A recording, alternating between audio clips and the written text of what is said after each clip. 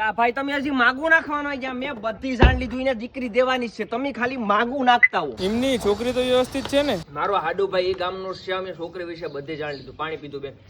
એમાં આપણા ઘરને શોભે એવી હાવ ડાઈ દીકરી છે, બસ બસ બેન. પણ ભાઈ અમે જાણ્યું તો છોકરી તો થોડીક સાયકલી છે હો. બેન કોલેજ કરતી હોય તો છોકરી જીન્સ ટોપ પહેરીમાં સાયકલ હું થઈ જતા, આપણો ચાકો દૂધનો ધોયેલ છે, એ પણ માવા ઉલારે ને. ભાઈ તમને કહું 3-4 વીઘા જમીન વધારે જ કહેવાની, હું માગું નાખવા જાવ ને. લા ભાઈ કોઈ માપવા નથી આવતું, એ બધી હું જોઈ લી, હું કહું એટલું કરો ખાલી. લા ભાઈ શેડા હું કરો, મારો હાડુ ભાઈ પણ ન્યાનો જ છે ને મારા કાકાજી હાહરાની 2 દીકરીઓ ન્યા હારે છે.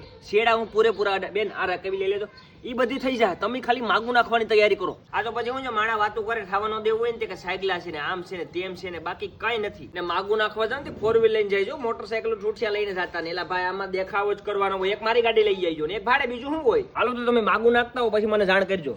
તો પછી તમે જ ભેગા આવજો નહીં ભાઈ ચોખ્ખી વાત, જો હું ભેગો જ આવીને આવું, મારો ધંધો છે માગા સીંધવાનો ને શેડા અડાડવાનો, હું ભેગો જ આવીને આવું. તમે મારી ઉપર છોડ દો, એ બધી થઈ જાય, તમે ખાલી માગું નાખતા હો.